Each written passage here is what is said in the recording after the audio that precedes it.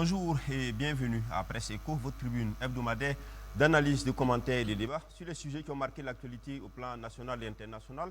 Comme vous le voyez tous les dimanches, nous nous retrouvons avec nos chroniqueurs qui sont des spécialistes, des experts, des hommes des médias pour décrypter l'actualité nationale et internationale surtout. Aujourd'hui, nous allons donc parler d'un premier sujet qui est un sujet lié à la sécurité avec l'attentat, on va dire l'attaque à la mine piégée du car sur la route Toini-Tougan qui a fait 14 morts. Nous allons donc évoquer cette situation dramatique au plan sécuritaire. Et puis, second sujet, il sera question du nouvel an, le message du président, le discours du président du Faso.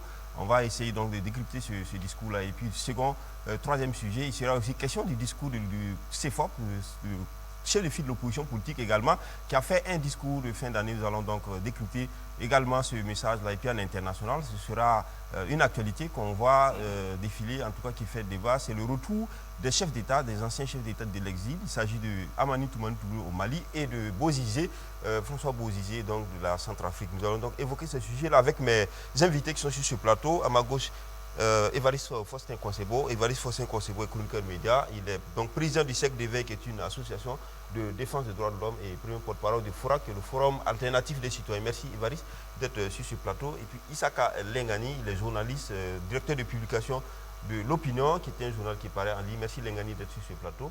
Et juste à côté, Maître Apollinaire Kielem de Tambela, donc il est avocat inscrit au barreau. Il est également président du CRI, qui est le Centre de recherche internationale de stratégie. Merci Maître d'être sur ce plateau. Et puis enfin, dernier invité, Inoussa Ouedraogo, directeur de publication de Bendre, qui est un journal, un hebdomadaire d'investigation. Merci Inoussa d'être sur ce plateau. Ensemble, donc on débute cette année avec cette première émission.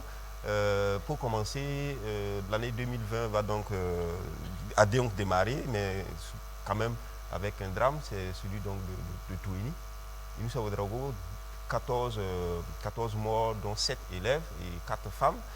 Mais là n'est pas la question. La question, c'est quand, par exemple, il y a un débat sur la responsabilité à situer. Le ministre Waro, donc, qui est passé aux 20h de la RTV, a laissé entendre que les voies, il y avait des consignes de sécurité claires qui interdisaient l'accès, l'utilisation de la voie, mais ces consignes ont été outrepassées donc par en fait, ces propriétaires ou ces responsables des cars.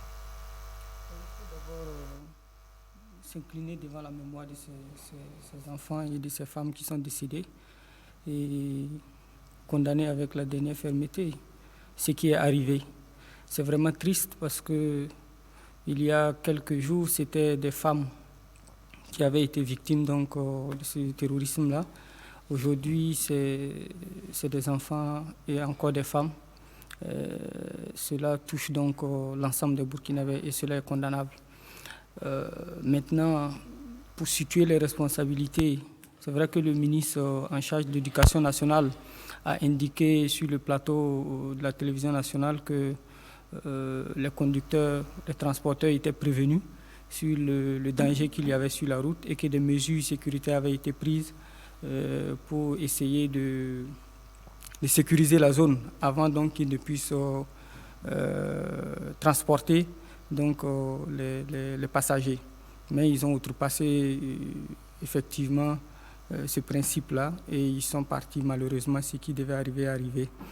Je pense que si ce que le ministre en charge de l'éducation nationale dit est avéré, c'est très grave parce que je me dis que non seulement c'est bien de sécuriser, mais c'est mieux aussi de prendre des mesures allant dans le sens effectivement d'empêcher toute personne qui voudrait prendre la voie de le faire. Il y a des barrières de police et je me dis quand même que ces barrières de police-là auraient pu refuser, malgré l'insistance de ces transporteurs-là, de prendre la route. Mais dans tous les cas, le plus important pour nous, c'est de travailler à ce que plus jamais cela n'arrive et que s'il y a des sanctions, que cela se fasse afin aussi de dissuader ceux qui continuent de braver les directives de sécurité. Et dire aussi que la bataille contre le terrorisme se gagnera aussi à travers la discipline de notre peuple. Nous devons continuer à renforcer notre esprit de discipline pour que plus jamais ce genre de situation-là n'arrive. Est-ce qu'il aurait fallu avoir un dispositif pour dissuader ceux qui seraient peut-être tentés d'enfreindre aux consignes, Ou est-ce que, comme on dit souvent, on peut avoir des forces de l'ordre partout où on a établi une règle pour faire respecter la règle, ou il faut vraiment une autodiscipline? Il faut les deux. Il faut, comme on dit, les gens ont peur. La seule présence du gendarme, des forces de l'ordre, dissuade les gens de contrevenir aux ordres qui sont donnés. Il y a cela il faut voir cela aussi. Mais je crois que dans ce cas précis, il faut mener une enquête sérieuse qui permettra de situer les responsabilités. Responsabilités au niveau de ceux qui sont chargés de veiller à l'exécution des interdictions qui ont été données, qui a été responsable, qui a fait quoi, etc., pour situer exactement les responsabilités, pas dans le sens de sanctionner forcément, mais pour que cela serve de leçon. Parce que je dis que nos forces de l'ordre sont dans une situation de stress absolu actuellement, de problèmes sérieux, il ne faut pas en rajouter.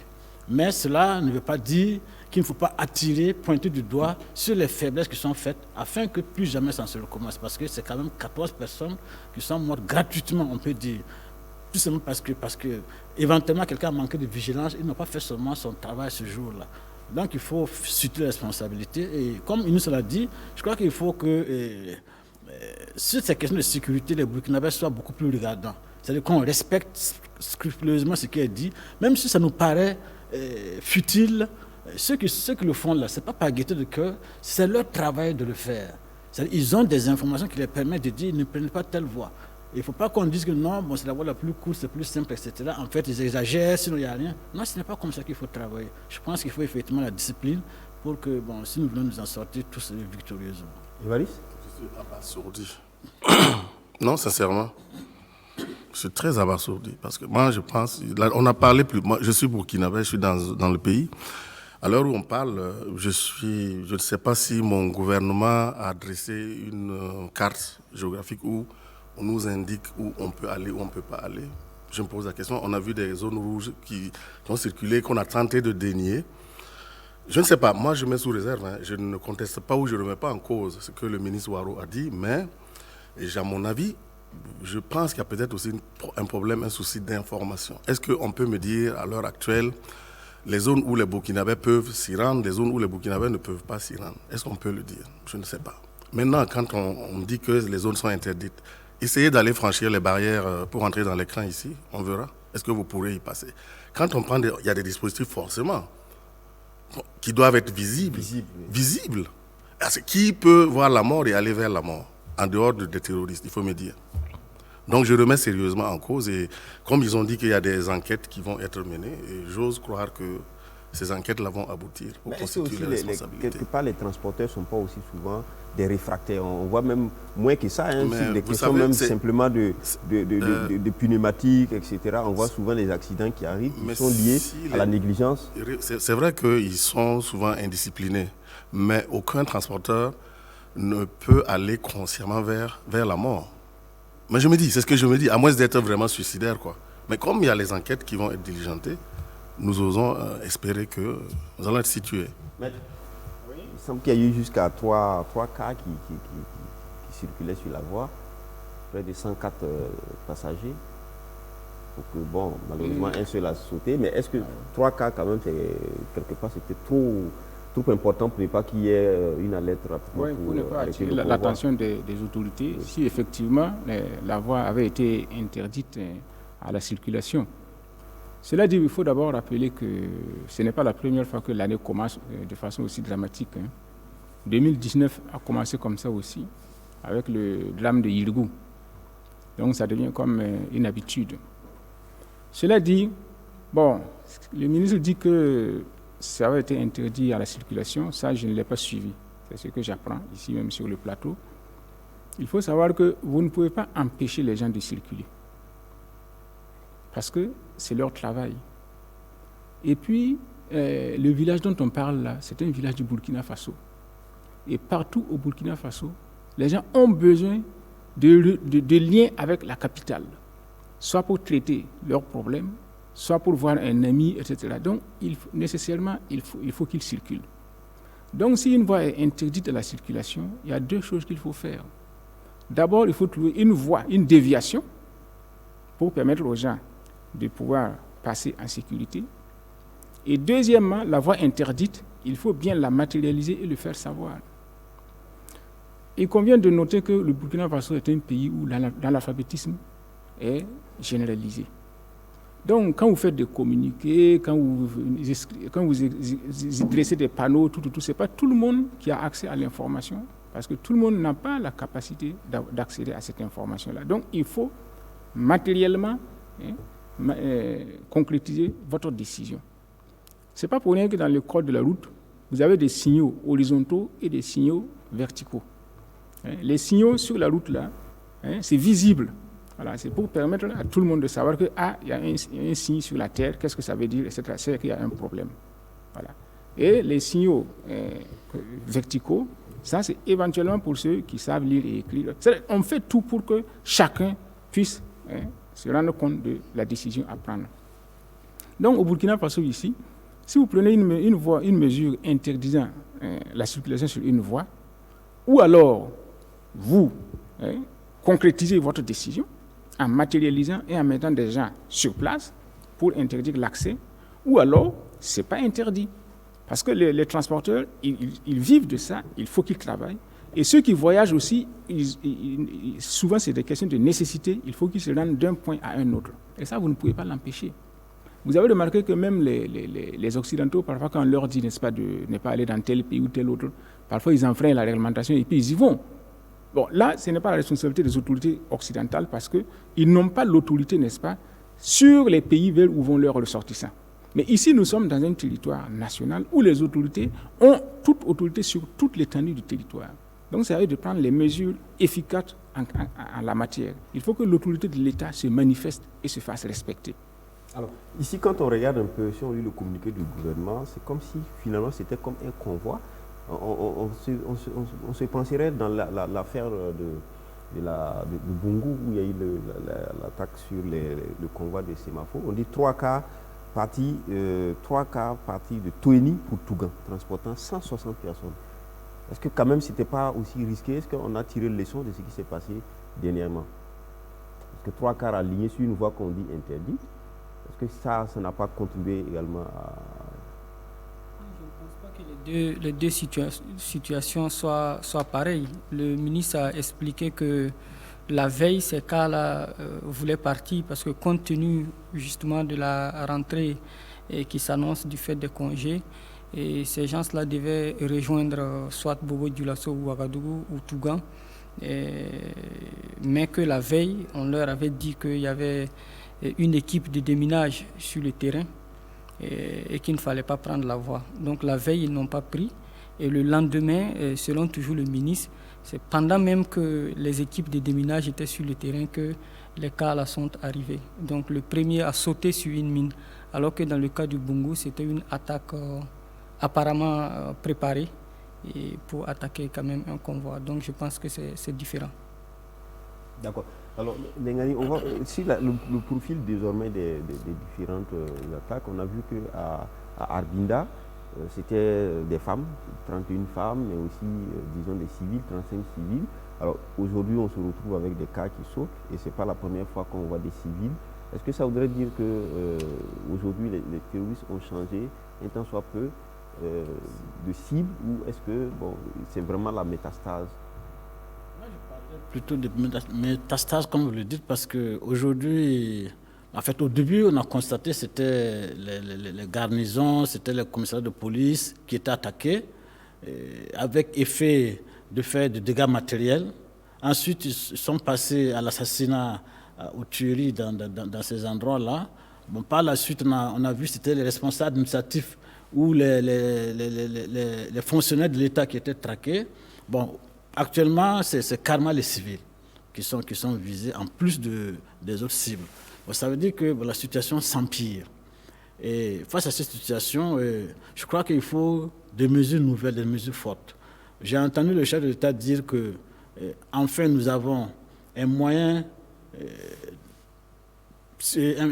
pour lutter, en fait, que la stratégie de lutte a été finalement adoptée, avec les prêtres, etc.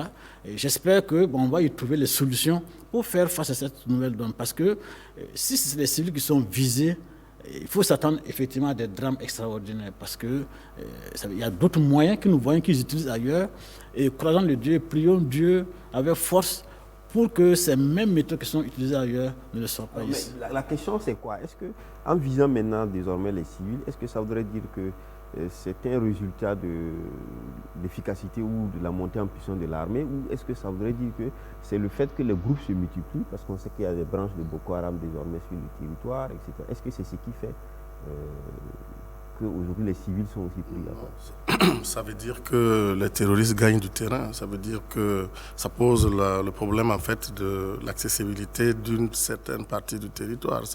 Parce que quand vous voyez que les gens...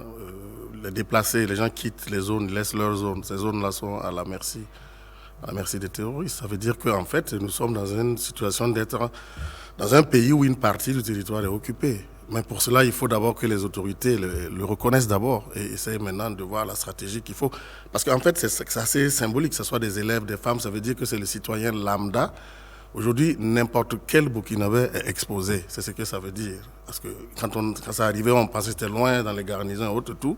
Maintenant, quand on se rapproche à des femmes, aux élèves, bon, même les enfants, tout le monde y passe. Donc, ça ne fait que s'empirer, ça se dégrade. Ça veut dire donc que la stratégie appliquée jusqu'à présent n'est pas du tout bonne.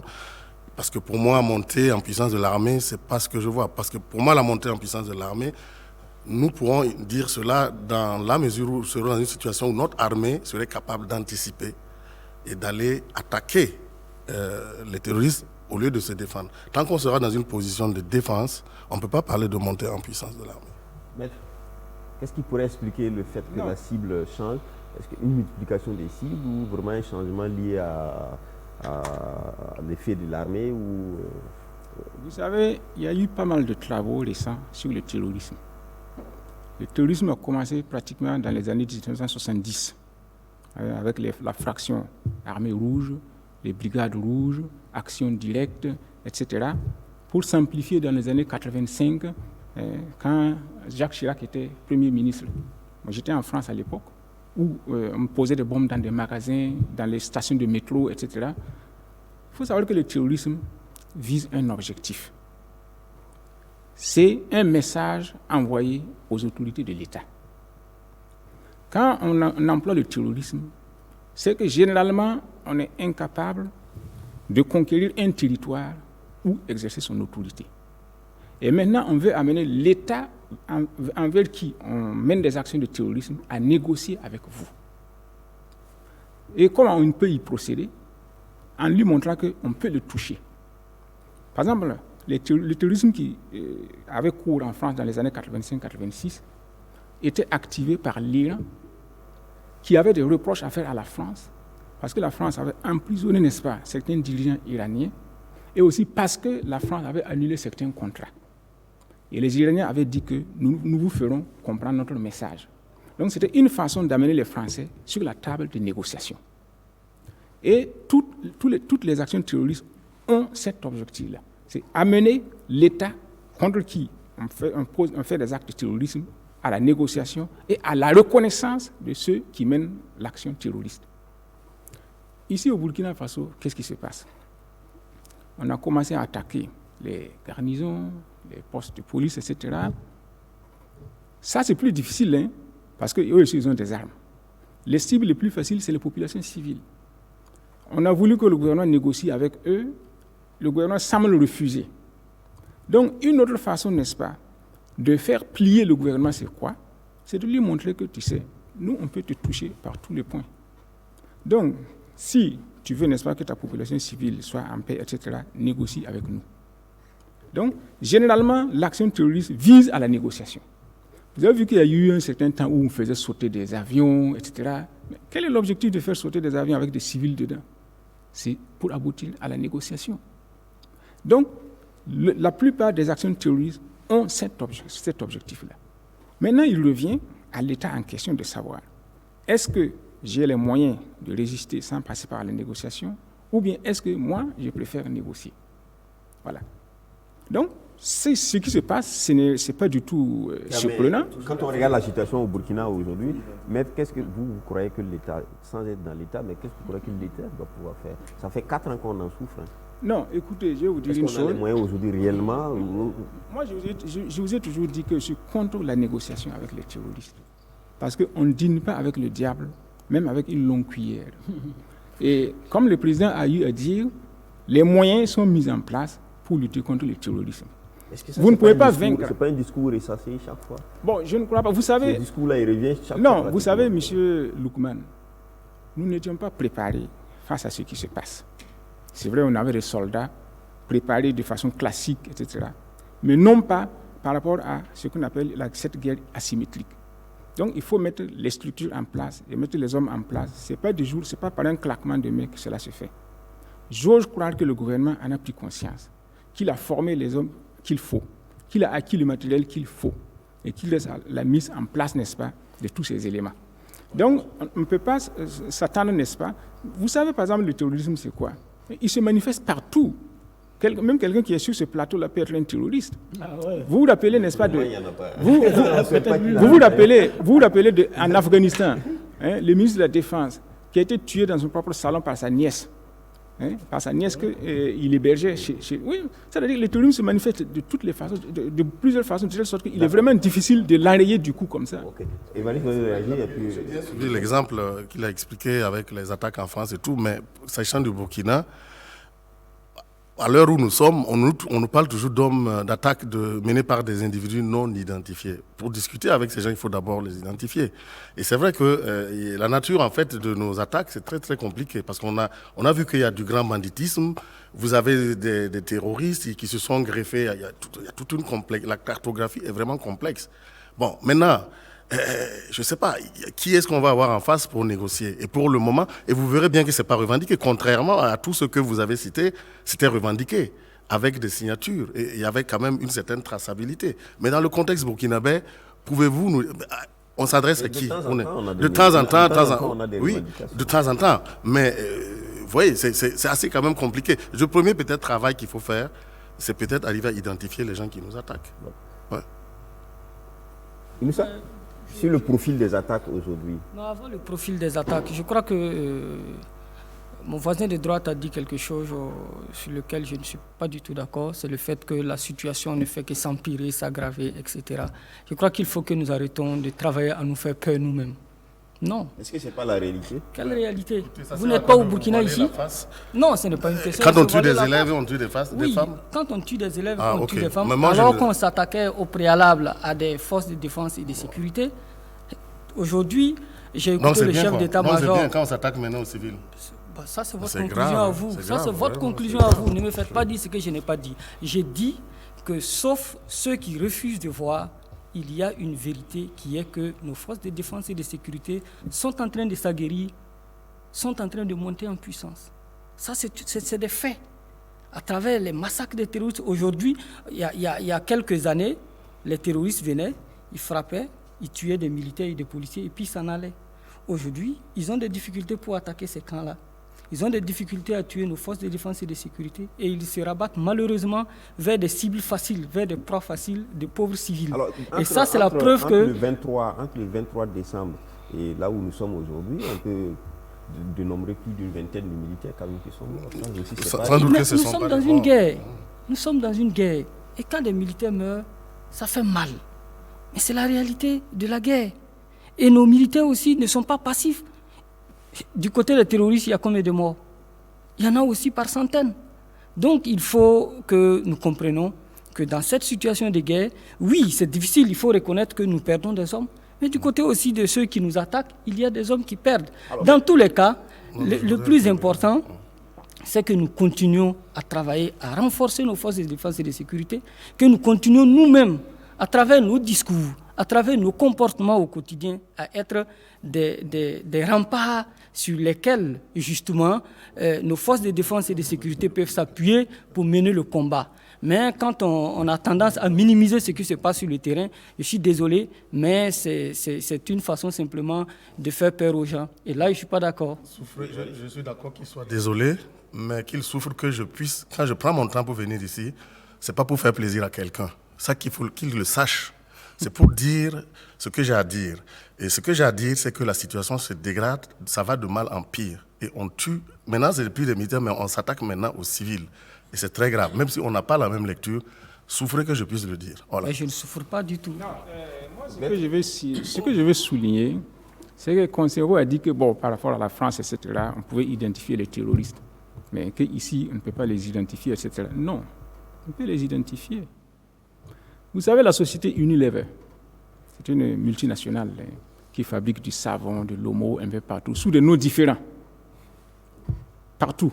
Ils sont en Côte d'Ivoire, etc. Si vous voulez toucher une succursale de Unilever partout dans le monde, vous touchez le siège. Le siège va récupérer des informations. Il faut savoir que le terrorisme, c'est par métastase. Il y a des sous-groupes. Il y a des sous-traitances du terrorisme.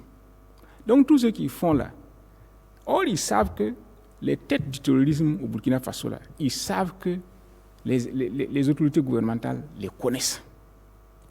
Et donc, non seulement eux-mêmes, ils font du terrorisme, mais ils sous-traitent le terrorisme à d'autres sous-groupes qui les font et qui peuvent ne même pas savoir que ce qu'ils leur ont dit de faire là émane de tel groupe. Je ne sais pas si je me fais comprendre. C'est-à-dire qu'il y a la sous-traitance du terrorisme. Voilà. Non seulement les chefs de file du terrorisme font du terrorisme, mais ils sous-traitent aussi avec d'autres groupes qui peuvent même pas savoir qu'ils relèvent du chef en question. Mais il suffit de toucher le chef, il va mettre un frein à tout ça. C'est ainsi que, par exemple, même les partis communistes fonctionnaient. Quand vous parlez de la deuxième internationale, la troisième internationale, c'était comme ça. La troisième internationale, c'était quoi? Le Comintern, basé à Moscou, qui sous-traitait avec des partis communistes locaux, où vous voyez, n'est-ce pas, des militants, n'est-ce pas, s'exciter sans savoir qu'il était directement commandé par Moscou. Donc, c'est pour vous dire que le terrorisme, c'est la même chose. Par exemple, ceux qui ont posé les mines sur la route de Touéni, là, ça peut être des sous-groupes du terrorisme central qui ne savent même pas qu'ils sont reliés à ça. Là. Mais ceux qui les commandent là savent que si nos autorités veulent négocier, ils doivent passer par eux. Ils vont donner instruction pour que tout cesse. D'accord. En tout cas, très rapidement. D'abord pour dire que, contrairement à ce qu'il nous a dit, en fait, on ne dit pas que notre armée ne travaille pas. On ne dit pas qu'elle ne bouge pas. Ah, donc, ce que lui dit et ce que vous dites, c'est la même chose? Oui, j'arrive. Vous allez comprendre si on dit la même chose ou pas. Donc, ce n'est pas qu'on ne dit pas, qu'on dit plutôt que les gens sont assis, ils ne font rien. Autant nos hommes se battent, autant malheureusement, on n'a plus de victimes. C'est ça la réalité aujourd'hui. Nos hommes se battent, nos garçons se battent, nos enfants se battent. Ils se battent courageusement, ils font face. Mais malheureusement, on n'a plus de victimes.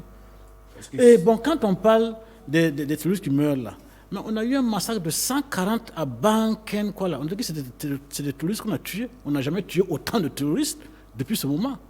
Donc c'est depuis ce moment que nous sommes montés en puissance, nous avons explosé en puissance. Bon, mais pour revenir à ce que Maître dit, bon, à savoir l'origine. Bon, si je l'écoute, j'ai l'impression que y a un bouton quelque part, on appuie et puis tout s'arrête.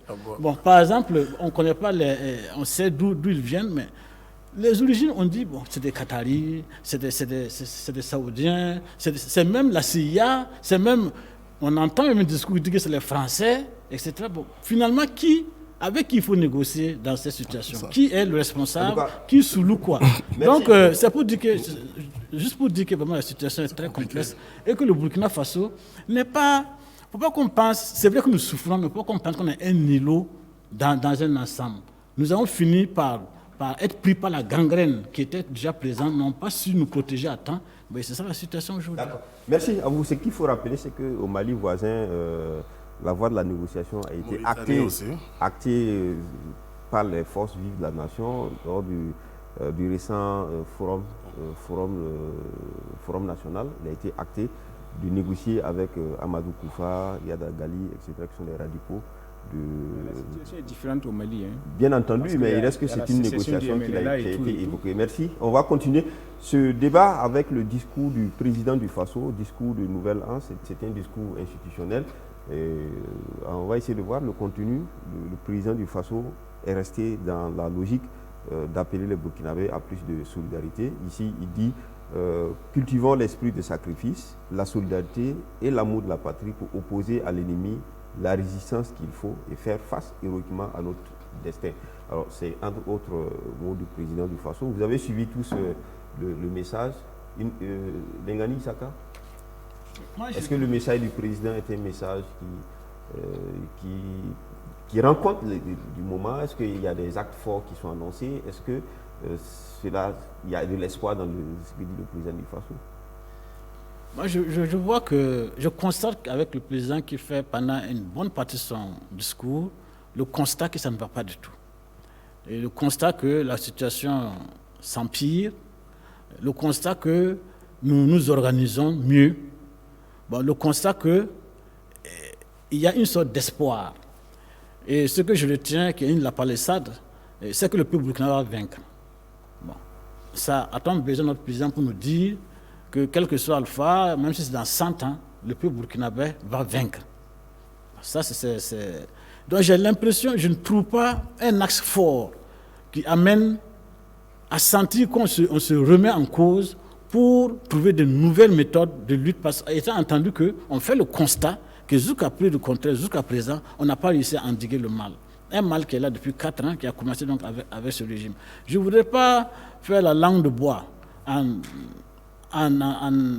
accusant le pouvoir d'être responsable, mais je dis qu'il est responsable de la sécurité des Burkinabés. Et quel que soit le problème qui survient, il appartient au pouvoir en place de s'organiser pour faire face. Une des questions que le peuple burkinabé lui-même pose de manière ouverte et claire, c'est un des moyens pour endiguer ce problème-là, c'est la réconciliation nationale. C'est que tous les Burkinabés se mettent ensemble, parlent le même langage, regardent dans la même direction en ce qui concerne cette affaire, par exemple, de lutte contre le terrorisme. Il appartient au pouvoir en place de mettre en place un mécanisme qui va permettre cela. Ça fait 4 ans, ça fait 3 ans au minimum qu'on en parle, rien, absolument rien. On est là, on parle de stratégie, en même temps qu'on dit que la solution ne sera pas seulement militaire, on ne pense qu'à des stratégies militaires, à savoir une stratégie qui a été étudiée par des gens, etc., qui va être mise en œuvre, des moyens qui sont de plus en plus donnés aux forces de l'ordre, etc. Alors que la véritable arme dont le peuple parle, qui est la réconciliation, qui est l'unité nationale, et dont le président lui-même parle, et dont il a la clé. Le bloc Marc Christian Kaboré, s'il veut la réconciliation au Burkina Faso, il peut poser des actes forts qui vont engager le processus pour cela. Rien n'est fait. Est-ce à dire que le pouvoir ne croit pas que c'est un des moyens éventuels possibles pour endiguer le mal? Nul ne le sait. Merci. Inoussa, lecture du discours du président du Faso, est-ce qu'un discours qui tranche au regard de la situation ou un discours comme on dit souvent, qui se suivent et qui se ressemblent? Je pense que le discours que le chef de l'État a donné le 31 décembre est un discours qui, dans le contexte actuel, m'a touché en tant que Burkinabé. Il a rendu hommage aux forces de défense et de sécurité. Le mot courage est revenu plusieurs fois, ça veut dire qu'il continue à nous appeler à la résilience. Il a une pensée pour les enfants des victimes du terrorisme. Il a évoqué Yirgou, qui à mon avis était quand même un dossier assez important, Arbinda et Zaouga aussi. Et il y a un message d'espoir pour dire que malgré les difficultés, le Burkina s'en sortira. Et pour moi, c'est un message assez fort et le contexte actuel le commandait.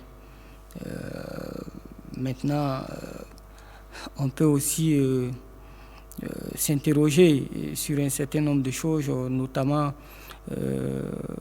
sur le fait que le président du Faso, qui avait l'habitude dans ses discours antérieurs de dérouler plus ou moins l'agenda qu'on aura au cours de l'année, ne l'a pas trop fait, même si on va ressortir les questions d'élection et la nécessité de la trêve sociale. Je m'attendais à ce qu'on ait véritablement, parce que c'est une année électorale et plein d'enjeux, revenu sur un certain nombre de questions. Il n'a pas évoqué le fait que l'année dernière, il avait parlé du référendum qui allait être organisé. Tout le long de 19, ça n'a pas été fait. Le président n'est pas revenu là-dessus pour expliquer pourquoi ça n'a pas été fait, même si on peut s'imaginer que le contexte sécuritaire y est pour quelque chose. Mais il aurait fallu faire un lien justement entre le discours qui avait été annoncé l'année dernière avec un certain nombre de réformes et le discours de cette année pour pouvoir dire pourquoi ce que j'ai annoncé n'a pas pu être fait et qu'est-ce qui pourrait évidemment être fait cette année pour que ce qui a été annoncé puisse être fait. L'autre aspect que je relève, c'est le fait que, quand même, le président du Faso indique clairement qu'il a espoir qu'avec l'année nouvelle et avec la montée en puissance de nos forces de défense et de sécurité, il y a de l'espoir que la situation sécuritaire soit calme. Et je pense que ça, c'est un message qui réconforte parce qu'il s'est mis au-dessus de la mêlée et s'est comporté comme un père de famille pour essayer de rassurer. Maintenant, à chacun de prendre le discours comme il l'entend. Certains ont été rassurés, d'autres moins. Mais je voudrais relever un fait sur la forme. C'est le fait que les discours du chef de l'État sont des discours, à mon avis, assez passifs. On ne sent pas de la gestuelle, alors que la gestuelle représente quand même plus de 50% justement, dans le discours. Le côté présence physique et tout, le côté gestuel et tout, animation et tout.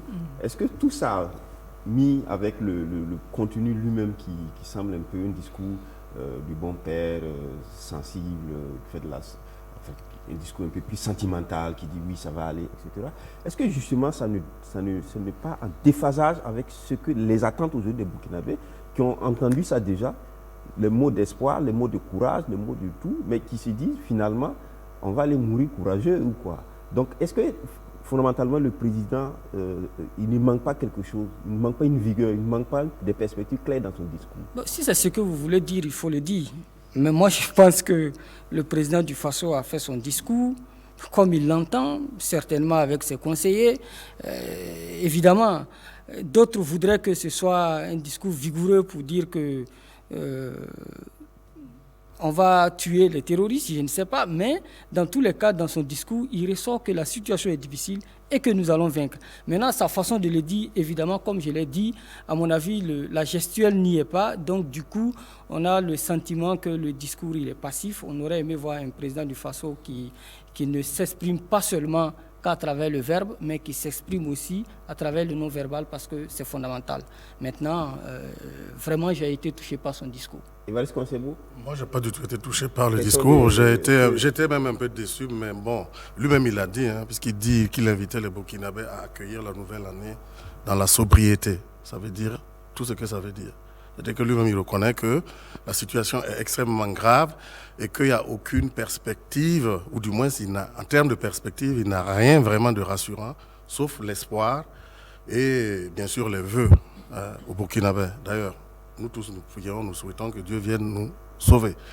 Maintenant, je vais même peut-être dire, même concernant la sécurité, on s'en remet toujours au G5 et on sait très bien qu'il n'y a rien à attendre du G5. Maintenant, après 4 années quasiment de lutte et de guerre, nous en sommes toujours à l'élaboration d'une politique de sécurité. Oui, bon, c'est ça l'espoir. Bon, qu'est-ce que vous voulez qu'on dise? Moi, je ne sais pas. J'écoutais, peut-être que, j'espère, comme on le dit, Inch'Allah, bon, nous prions Dieu. Est-ce que finalement, on n'est pas aussi... Peut-être on ne se met pas à la place du président lui-même. Chaque matin, on doit... Non, il a une place... On doit dire au chef de l'État, il y a eu 10 morts ici. Non, il est sincère. Non, moi, j'ai vu un homme vraiment sincère. Okay. J'ai vu un homme sincère. Il est conscient de la gravité extrême de la situation. Ça, je le dis, j'ai vu un homme sincère.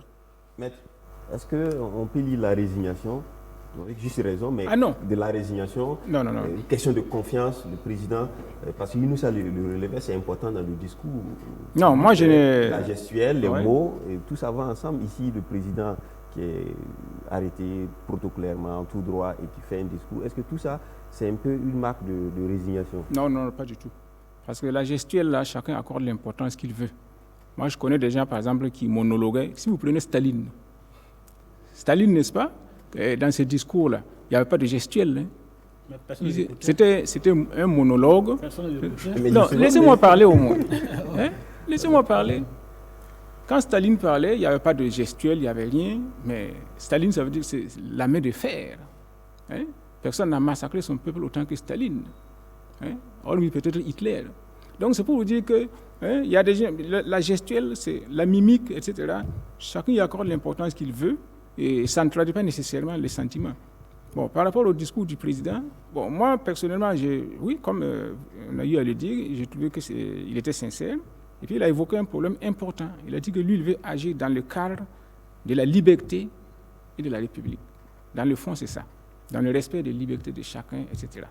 Donc ça, j'ai trouvé ça important. Cela dit, il y a quelques éléments que j'aimerais souligner. Il faut dire que, si je ne me trompe pas, le 4 août, le président s'est adressé à la nation. Le 11 décembre, il s'est adressé à la nation. Le 31 décembre, il s'est adressé à la nation. C'est trop. C'est-à-dire que ces discours institutionnalisés-là font en sorte que finalement, le discours du chef de l'État peut paraître comme banal et puis creux. Normalement, le discours du chef de l'État à la nation, c'est une fois l'an. Le 4 août, c'est pour l'indépendance, le 5 août 1960. Tout le monde sait qu'on est devenu indépendant. Il y a quoi à dire encore? Le 4 juillet, le président américain ne fait pas de discours à la nation. Le 11 décembre, c'est la proclamation de la République. La transformation du territoire de Haute-Volta en République de Haute-Volta, c'est un fait qui s'est accompli. On ne revient pas là-dessus. Maintenant, le 31 décembre, je peux comprendre, c'est une nouvelle année qui s'ouvre. Le président peut adresser son message à la nation pour jeter les perspectives pour l'année à venir. Voilà. Et maintenant, pour le 5 août et puis le 11 décembre, il peut s'adresser à la nation sous une autre forme. Ça peut être des interviews, etc., où les journalistes se retrouvent auprès de lui. Par exemple, en France, c'était le cas, par exemple.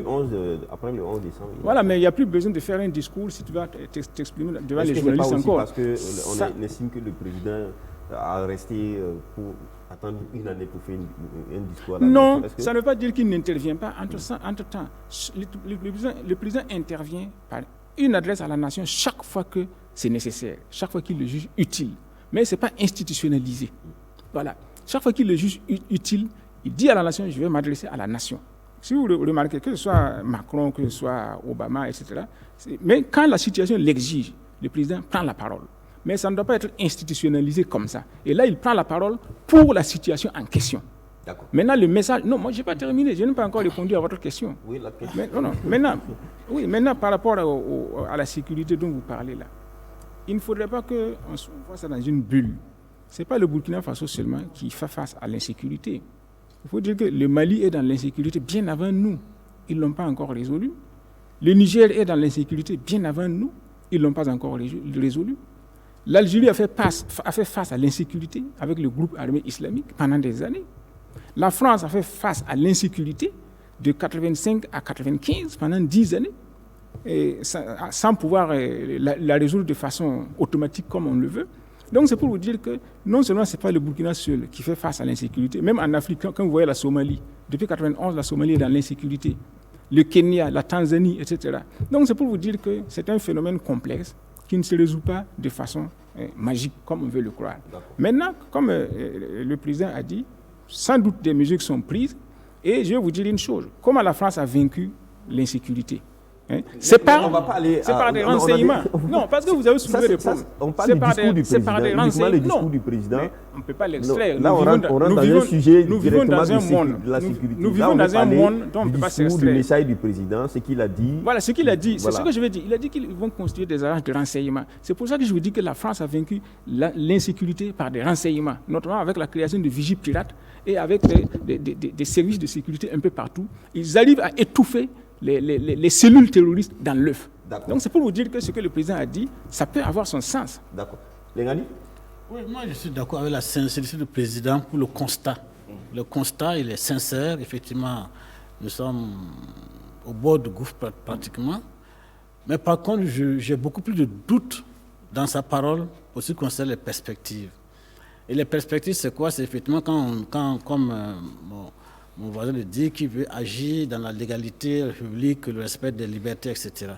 Or, jusqu'à plus du contraire, s'il y a un pouvoir qui a piétiné les droits des travailleurs, s'il y a un pouvoir qui a piétiné les droits élémentaires des citoyens, c'est bien celui du MPP, depuis qu'il est là.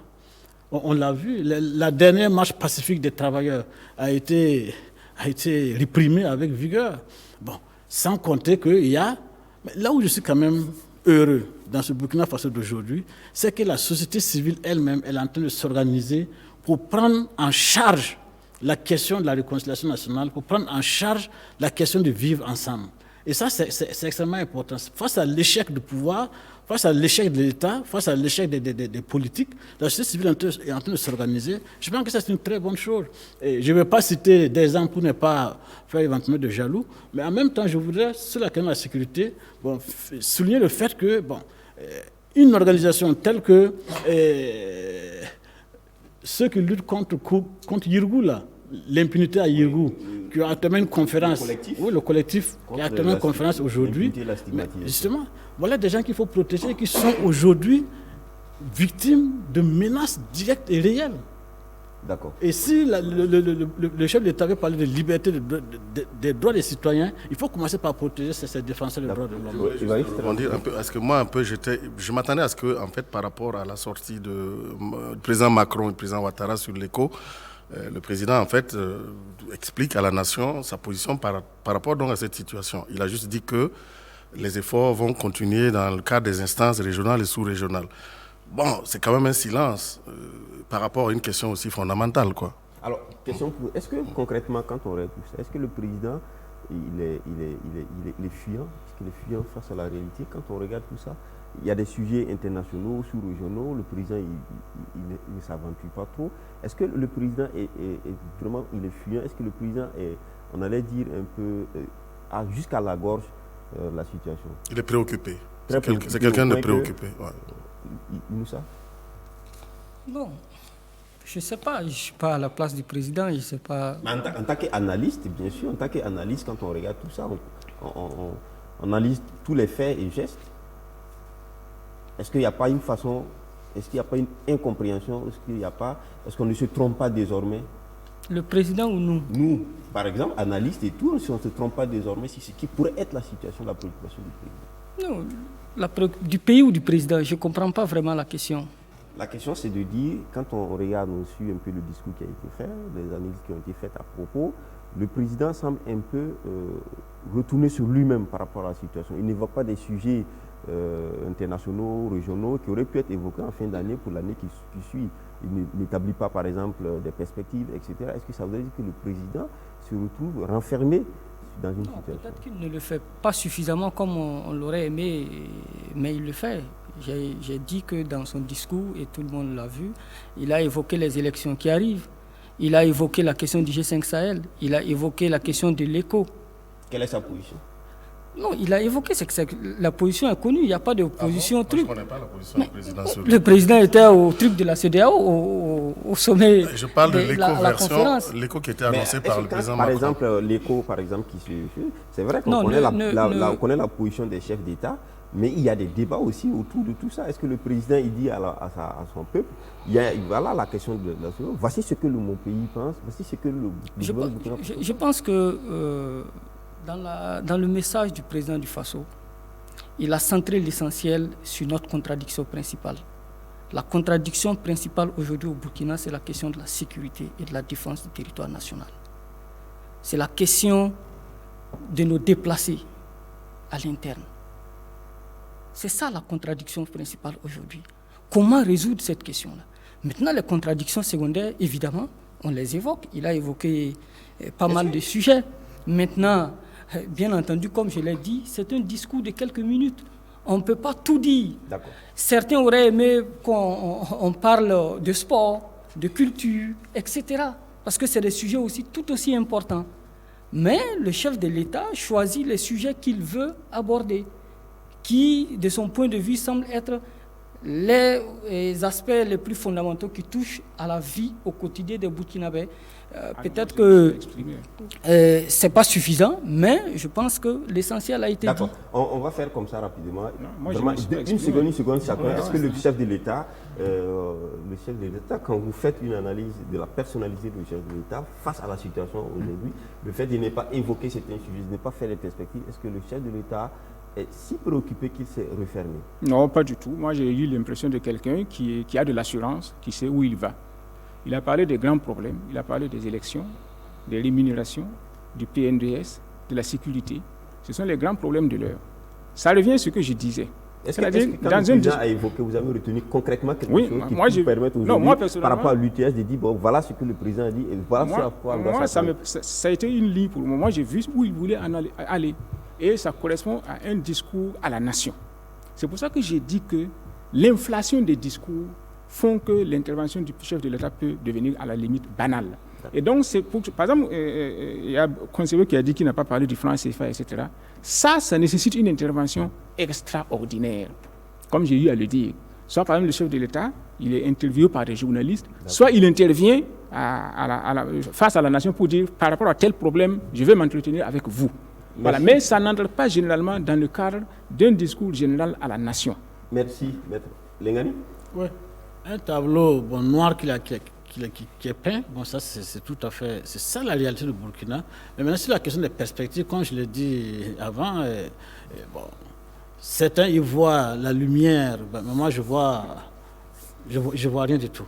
Et j'espère qu'effectivement que ce qu'il a dit, c'est beaucoup de promesses. Dans un pays où la réalité quotidienne c'est des morts, on ne peut pas vivre sur des promesses. Non, j'ai vu un chef d'État vraiment conscient, et sincère, la gravité en fait de la situation de notre pays, préoccupé certainement, mais en termes de perspective, il n'a pas de nouveauté en fait. Il n'a pas de nouveauté. Peut-être qu'il appelle à la solidarité et au sacrifice de tous les Burkinabés pour en venir à bout. D'accord. On va donc évoquer le message aussi du chef de file de l'opposition politique qui, ici, n'a pas, en tout cas, qui a rué dans les brancards, qui n'a pas porté des gants. Un extrait. En 2015, les Burkinabés ont confié au MPP, à ses alliés, un pays stable, uni, sûr dans ses frontières, en pleine sécurité, respecté à travers le monde. 4 ans plus tard, par leur incompétence, leur manque de vision et d'anticipation, le MPP et ses alliés ont laissé l'effort du mal traverser nos frontières. Ils ont détruit notre vivre ensemble et tenu notre image internationale. Le pouvoir actuel manque cruellement de leadership politique qui peut lui permettre de gagner très rapidement cette guerre.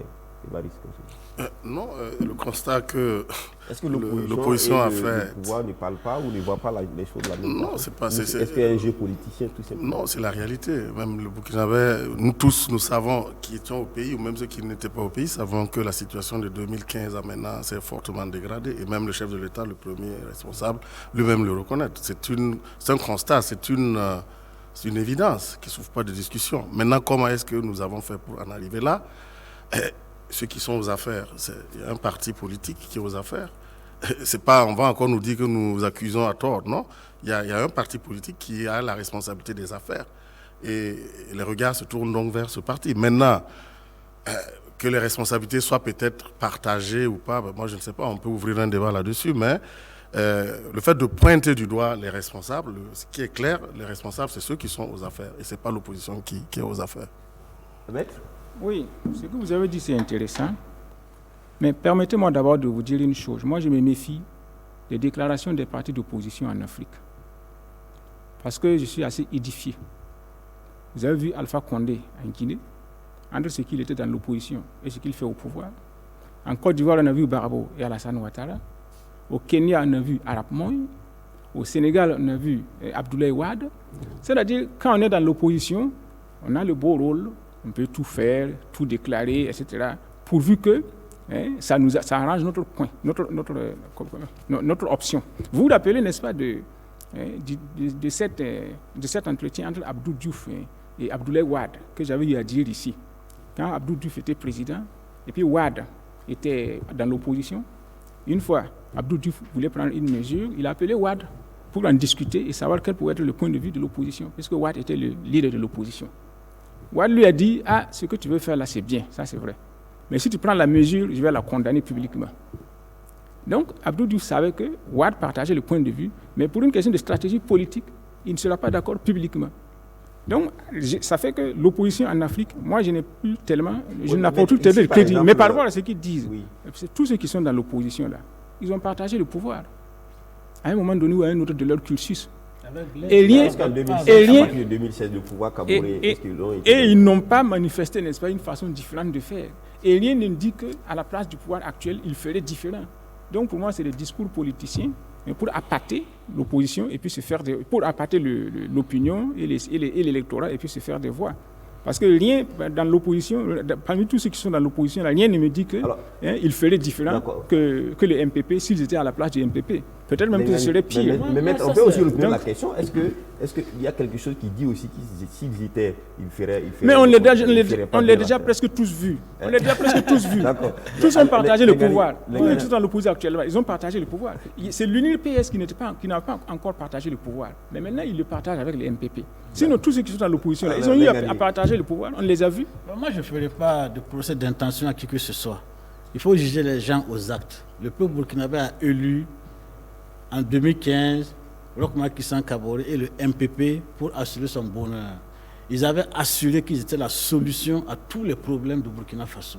On leur a fait confiance. En tout cas, ils leur ont fait confiance. Ils ont été élus, parce que moi, je ne l'ai pas élu dans ce camp-là, je le dis clairement, parce qu'ils savaient ce qui allait arriver. Et donc, au jour d'aujourd'hui, c'est eux qui sont responsables de la situation. Au moins, ça, c'est un fait. Et le fait est là que la situation nationale s'est dégradée sur tous les plans. C'est-à-dire sécuritaire, notamment, de paix sociale. Et dans tous les domaines, les indicateurs, comme on dit généralement, sont au rouge. Et ça, il n'y a qu'un seul responsable ou deux responsables, c'est la majorité au pouvoir et c'est le président du Faso. Maintenant, l'opposition, je trouve, est parfaitement dans son rôle de dire que la situation d'aujourd'hui n'est pas celle que vous nous avez promis. C'est ce que l'opposition dit. Maintenant, elle dit, bon, et si vous continuez, l'opposition dit oui, dans la situation, les responsabilités sont partagées. Mais il reste qu'il y en a qui sont plus responsables que d'autres.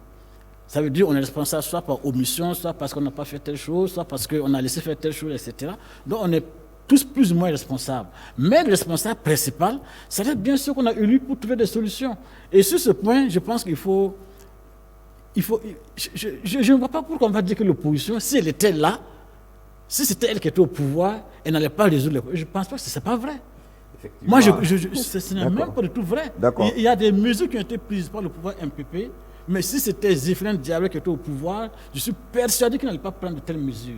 Par exemple, sur le plan économique, multiplier les caisses noires partout, multiplier le budget de l'Assemblée. Vous pensez que quelqu'un comme Zéphrin va faire ça? C'est pas possible. Le MPP l'a fait, il sait pourquoi il l'a fait. Tout le monde le dit quand on a l'opposition, mais une fois au pouvoir, on fait pareil. Oui, mais ça c'est un procès d'intention et c'est pas honnête. D'accord. Alors, Inoussa Ouedraogo, sur cette question, l'opposition qui charge, qui trouve un responsable bien indiqué, et il le dit clairement. Ailleurs, l'opposition continue pour dire que l'opposition réaffirme réaffirme ici que l'union sacrée doit se faire autour de la nation, dont nos forces de défense et de sécurité sont les symboles immuables. Mais l'union sacrée ne nous interdit pas de situer les responsabilités ni de dénoncer les mauvaises décisions de nos dirigeants. L'union sacrée ne saurait être la bouée de sauvetage d'un régime en perdition, ni une tactique pour masquer une incompétence. L'opposition est dans son rôle, c'est de s'opposer. En Moré, on les appelle Nam Ki Sirba. C'est-à-dire des gens qui contredisent ce que c'est l'antithèse du pouvoir. Donc évidemment, quand on regarde le discours du chef de file de l'opposition, c'est l'opposition classique qui peint tout en noir. C'est normal. Et à l'opposé de quelqu'un qui serait au pouvoir, qui aura tendance à mettre l'accent sur le verre à moitié plein, eux, ils mettent l'accent sur le verre à moitié vide. Chacun est dans son rôle et c'est ça aussi la démocratie. Et c'est dans cette complémentarité-là, c'est en soulignant les insuffisances qu'on permet justement à ceux qui gouvernent d'améliorer certainement leur gouvernance. Donc de ce point de vue, je pense que l'opposition est tout à fait dans son rôle de critiquer. Maintenant, il y a un passage quand même que je pense qu'il faut relativiser. Quand l'opposition dit que en 2015, disons, quand le MPP est arrivé au pouvoir en 2016, ils ont hérité d'un pays stable, uni, etc. Je pense qu'il faut relativiser. Parce que depuis pratiquement 2010-2011, avec la mutinerie et autres, le pays était quand même dans une sorte d'instabilité. Les attaques terroristes, on en a enregistré. En 2014, on a enregistré. Que 3 en 2015. un enlèvement et puis quelques attaques, Samouragan, Oui, quoi. cela Et signifie... c'est à partir de 2016 que les attaques ont commencé. Non, les attaques n'ont pas commencé en 2016. Je suis désolé. Les Elles sont attaques ont accélérées. commencé. Voilà, ça s'est accéléré, oui, mais ça n'a pas commencé en 2015. Là, ce n'est pas exact ce que le chef de file de l'opposition dit. Et avant cela, j'ai lu l'interview que le Premier ministre Luc Adolphe Thiaw de l'époque, le Premier ministre de Blaise Compaoré, a accordé à l'Observateur Palga, où il disait que déjà en 2013, il y avait des cellules dormantes de terroristes qu'ils avaient déjà plus ou moins vues dans le pays, et le ministre de la Sécurité de l'époque, Bougouma, était déjà sur le dossier. C'est pour dire en fait que, comme je l'ai dit au départ, l'opposition est dans son rôle, mais les faits sont les faits. Les faits sont sacrés. Et c'est des faits historiques. Et dire aujourd'hui que c'est à partir de 2016, c'est avec ce pouvoir que le Burkina est rentré dans le terrorisme, s'est désuni, etc., etc., je pense que c'est un point à relativiser. Quand bien même il est évident qu'à partir de 2016-2017, 18 et 19, le terrorisme s'est accéléré. Il y a eu plus de terrain qu'avant, mais c'est des faits quand même. En termes de vœux, je note quand même que l'opposition en fait demande en fait que la réconciliation entre les Burkinabés se fasse. Et je pense qu'ils invitent instamment et de façon solennelle le président à convoquer un forum qui va certainement définir le concept même de la réconciliation et permettre bien sûr aux Burkinabés de solder le passif. C'est très important parce que ce que le président du Faso dans son discours n'a pas tellement assez insisté sur ça. Moi je vous pose une question pour les citoyens lambda, que nous tous nous sommes des citoyens, même si nous sommes quelque part un peu plus au fait des débats. Est-ce que quand on regarde ce que le chef de l'État dit ici, ce que l'opposition dit, est-ce qu'on est rassuré face à une classe politique dans un contexte bien donné ici? Est-ce qu'on voit une classe politique, parce qu'on parle d'union sacrée, on parle de réconciliation, on parle de faire vraiment front, bloc contre le terrorisme, etc. Mais quand on regarde les discours, c'est plutôt électoraliste, on s'adresse à ses électeurs. Est-ce que réellement la classe politique donne l'impression de prendre en compte cette situation? Mais très rapidement, chacun... Oui, non, moi, l'opposition ne me donne pas l'impression, n'est-ce pas, d'être une classe politique mature. Mais plutôt... L'opposition seule ou la majorité aussi? Bon, la majorité gouverne, ça c'est pas différent. de la classe politique en général. Oui, d'accord, de façon générale, oui. Il ne me donne pas l'impression, parce que bon, que ce soit l'opposition, que ce soit la majorité, c'est même catégorie, de mon point de vue. Il ne me donne pas l'impression d'être des gens politiquement matures, mais plutôt des adolescents qui s'excitent, etc. Et qui sont plutôt à la recherche du pouvoir. Enlève-toi que je m'y mette, etc. Parce que quand on est politiquement mature, quand on conteste une mesure, on fait une contre-proposition. On dit, et avec des choses. Par exemple, à l'Assemblée nationale, quand vous voulez contester le budget adopté, vous proposez des dépenses et les recettes pour faire face à ces dépenses-là. Voilà. On ne se met pas à contester des dépenses sans contre-proposition.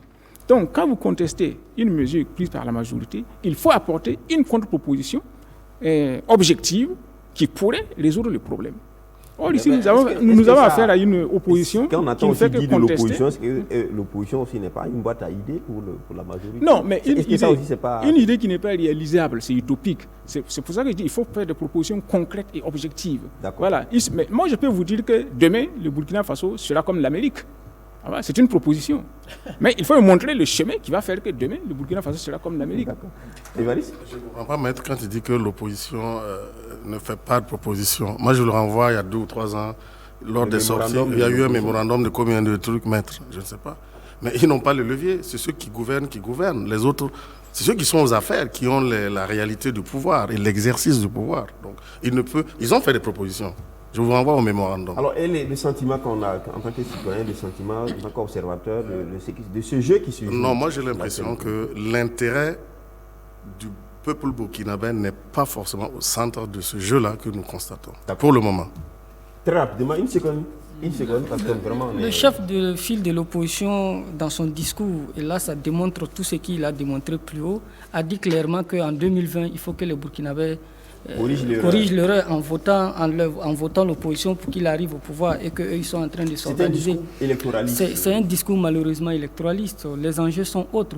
face à la situation, on aurait aimé voir un discours non seulement rassembleur, mais un discours qui va vers des pistes de solutions.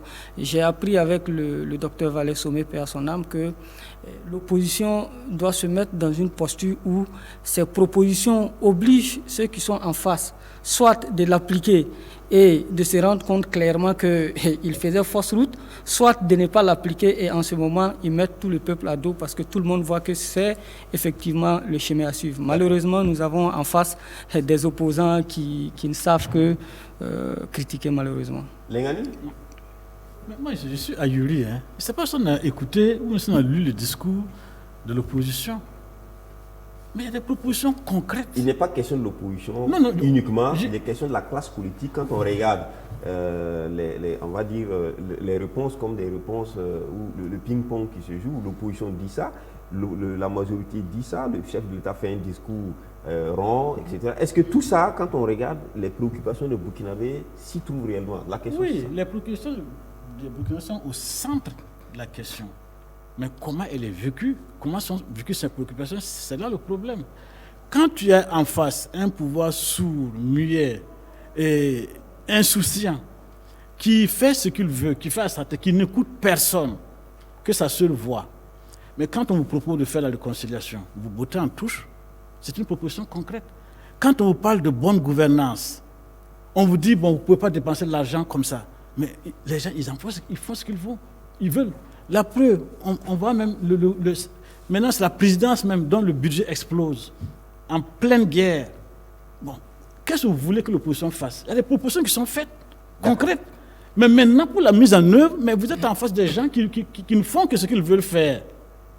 D'accord. Ça, bon, celui qui est responsable, c'est le peuple burkinabé, et je suis tout à fait d'accord avec l'opposition, qui interpelle ce peuple-là. Il y a un président qui est en exercice, qui est candidat depuis 4 ans.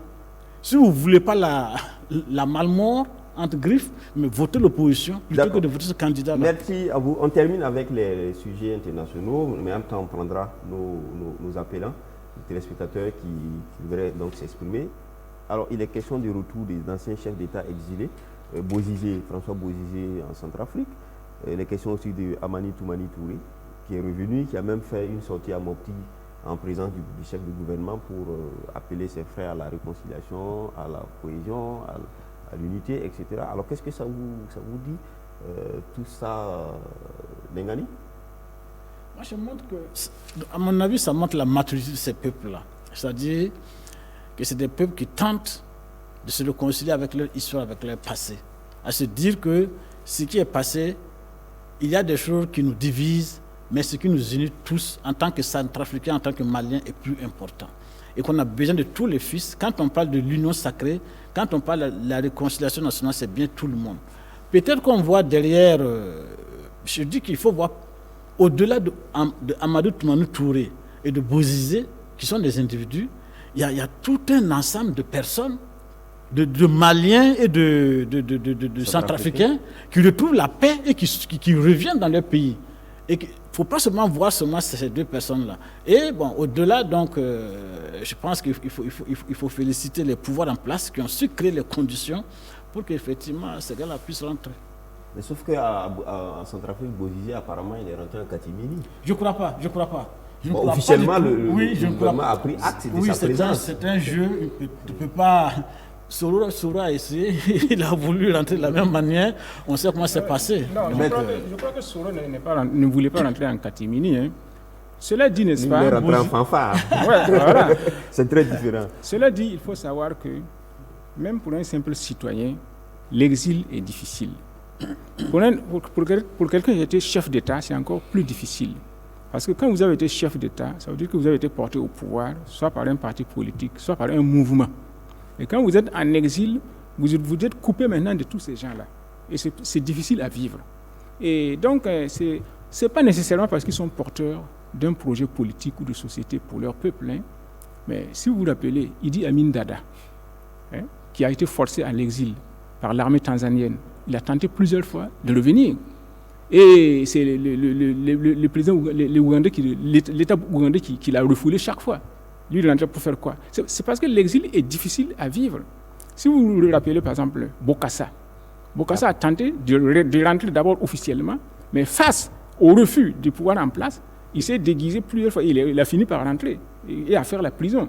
Bon, vous semblez me dire de m'arrêter pour le moment. En Ouganda, avant, Milton Obote, qui a été chassé par Idi Amin Dada, qui passait son temps, n'est-ce pas, en Zambie, dans l'alcoolisme, etc. Malgré tout, il a cherché à rentrer. C'est pour dire que l'exil, même pour un simple citoyen, est difficile à vivre, surtout pour quelqu'un qui a été chef d'État et qui a été en contact avec les citoyens, tout. Donc, ne serait-ce que pour une question personnelle, il cherche à rentrer au pays. D'accord. Alors, on va prendre notre premier téléspectateur, M. Aboubakar Compaoré, qui est à Ouagadougou, sur l'attaque de Toweni. M. Compaoré. Oui, bonjour, M. Samadama. Oui, bonjour. Allez-y rapidement pour votre intervention. Ok, merci beaucoup. Bon, c'est pour dire que c'est malheureux de voir l'attaque qui s'est déroulée à Tunis. Et je profite de cette occasion pour dire aux Burkinabés que nos grands-parents nous ont appris à ne pas prendre des choses malheurs pour mettre sur nous. Parce que au moment des campagnes électorales, nous avons attendu des Burkinabés qui disaient ici que nous allons voter le MPP, même si on va venir nous niquer tous ici, excusez-moi du terme, que même si on va venir nous niquer tous ici, on va voter le MPP que de voter un Zéphirin qui est dit ça ou quoi. Nous, on a parlé de tout ça. Moi, je vois maintenant que, ce sont ces genres de propos qui fait que Dieu aussi met tout ça aussi sur nous pour que nous sachions aussi garder raison pour ne pas faire ce genre de trucs. Maintenant, pour revenir sur la situation maintenant, je vois que l'armée fait du bon travail. Ceux qui sont sur le terrain, ils font du bon boulot. Mais maintenant, ce que je n'arrive pas à comprendre, c'est si la hiérarchie fait son boulot. Parce que je vois que quand on est attaqué, on voit qu'après 2 heures, 3 heures, on voit qu'on tue 40 à 60 terroristes. Maintenant, après ça, il y a quoi? Donc, ça veut dire que nous avons la capacité de tuer autant de terroristes que nous voulons. Mais maintenant, je ne peux pas savoir si c'est les responsables de l'armée qui ne veulent pas ou quoi. Parce qu'on peut utiliser les mêmes méthodes qu'on utilise après être attaqué. Mais pourquoi on n'arrive pas à utiliser ces mêmes méthodes? C'est ce que je ne comprends pas. D'accord. Merci, monsieur Compaoré. Vos premiers propos vous engagent, vous seulement, parce que vous semblez dire que certains disaient que, parce qu'un tel est de telle ethnie, donc si on le vote, et que par la suite, c'est tout ça que Dieu a voulu retourner contre nous comme en guise de punition. Mais ça n'engage que vous. Je ne crois pas qu'au Burkina, ces faits-là soient en tout cas pris dans l'État comme étant des normes, parce qu'on se rappelle très bien que sous la transition, M. Ablassé Ouedraogo a été donc interpellé pour se justifier par rapport à des propos qu'il avait tenus, qui sont un peu ethnicistes, etc. Donc c'est pour dire simplement que même quand ces choses peuvent être dites quelque part, il faut aussi se dire que c'est une vaste hypocrisie. Voilà, il faut pas. C'est une vaste hypocrisie. La morale de l'histoire, c'est qu'en Afrique, c'est valable en Afrique et même au Burkina, les critères, on ne vote pas forcément la personne la plus... Il y a des critères vraiment informels qui parfois sont très importants et déterminants. Sinon, si c'était un concours, ce n'est pas un concours. Si c'était un concours, peut-être que d'autres, ceux qui sont premiers, seraient derrière. Donc, et c'est ça vraiment il faut dire vraiment ce qui est dommage. Réaction sur le propos du... Moi, je crois que, et je l'ai plusieurs fois dit sur ce plateau, tant que nous allons rester dans l'hypocrisie, tant que nous allons rester nous caresser dans le sens du poil pour éviter les véritables problèmes de ce pays-là, on va toujours être dans des situations difficiles. Je crois que les propos du monsieur, même si je ne les partage pas totalement, je crois que c'est un point de vue d'un Burkinabé. Et je suis persuadé, convaincu que d'autres Burkinabés pensent la même chose que lui. Oui, et si c'est le cas, ça veut dire qu'il faut qu'on pose ces questions-là. La question qu'on dit ici, est-ce que ce qu'il dit, par exemple, l'ethnicisme, un candidat a été empêché d'être candidat parce qu'il est de telle ethnie? Est-ce qu'on a allé voter un candidat parce qu'il est de telle ethnie? Est-ce que c'est des faits qu'on peut, par exemple, prendre en compte? Vous voulez que je vous dise... Que X ou Y dit ça, vous voulez... Monsieur Saodogo, ce n'est pas l'objet, mais c'est tout simplement pour corriger un peu pour ne pas qu'on pense que l'État ou les services publics mettent en avant l'ethnicisme pour empêcher de... Voilà. Donc ça, les suffrages s'expriment sur la base d'un certain nombre de considérations qu'on ne peut pas utiliser comme étant... Je peux vous dire par exemple que quand Kizerbo était homme politique ici, il était Samo, mais il avait plus de voix chez moi que chez lui-même à Thomas. D'accord. On va prendre notre deuxième téléspectateur. On prend le deuxième téléspectateur. C'est sur le même sujet, donc on prend encore. Ali Ouedraogo. Monsieur Ali Ouedraogo.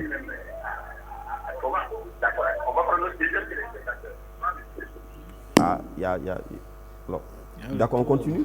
Alors, on va sur les deux présidents. Ah, ok. Les présidents, on n'avait pas que vous, les présidents qui sont rentrés. Non, en fait, c'est pour dire qu'il y a la différence de ATT, le président malien qui est rentré dans un cadre bien négocié, bien arrangé. Parce que vous souvenez-vous qu'en 2016, l'Assemblée, il avait été mis en accusation et l'Assemblée nationale avait refusé catégoriquement à l'unanimité de faire un vote qui le mettait en accusation. Donc tout ça, c'est des étapes qui ont préparé son retour, je pense, pour faciliter donc la réconciliation entre les Maliens. Et ça, c'est à saluer. Maintenant, le cas de Bozizé, quand même, peut rester parce que, emblématique, parce qu'il est toujours sous le coup, je pense, de sanctions des Nations Unies. C'est d'ailleurs pour ça qu'il ne pouvait pas, il est venu par la route. Et bon, ce qui nous est revenu, il y a des incidents, parce qu'il devait rencontrer le président donc, à Archange Touadéra, mais il y a eu des incidents qui ont donc amené donc, la présidence à reporter. Alors, il nous semble que cette question du retour des présidents, est-ce que ça voudrait dire que les Africains devaient plus travailler à ce que les anciens chefs d'État, comme on voit au Ghana par exemple, aux États-Unis, etc., les anciens chefs d'État puissent être dans le pays et apporter leur contribution? Je pense que c'est les chefs d'État eux-mêmes qui travaillent d'abord à ne pas quitter le pays, même quand ils sont plus au pouvoir. Ça, c'est un fait fondamental. Pour le cas, par exemple, de ATT, bon, c'était un coup d'État et puis bon, il était plus ou moins contraint au départ au Sénégal. Bozizé, c'est pareil, c'était aussi une rébellion. Donc ce sont des faits qui les ont plus ou moins obligés à partir. Et puis bon, après, quand le contexte est favorable, il essaie de revenir. Je pense que si ATT a accepté de revenir au Mali, c'est certainement parce qu'il a eu un certain nombre de garanties et c'est surtout parce qu'il n'y a pas de poursuite judiciaire qui pèse sur lui. Je pense que ce sont des éléments qui facilitent le retour. D'accord. Alors on va prendre notre deuxième téléspectateur. C'est lequel? Le deuxième, M. Ali Ouedraogo. M. Ouedraogo. M. Ouedraogo Ali, qui voudrait également intervenir sur l'attaque de Toeni.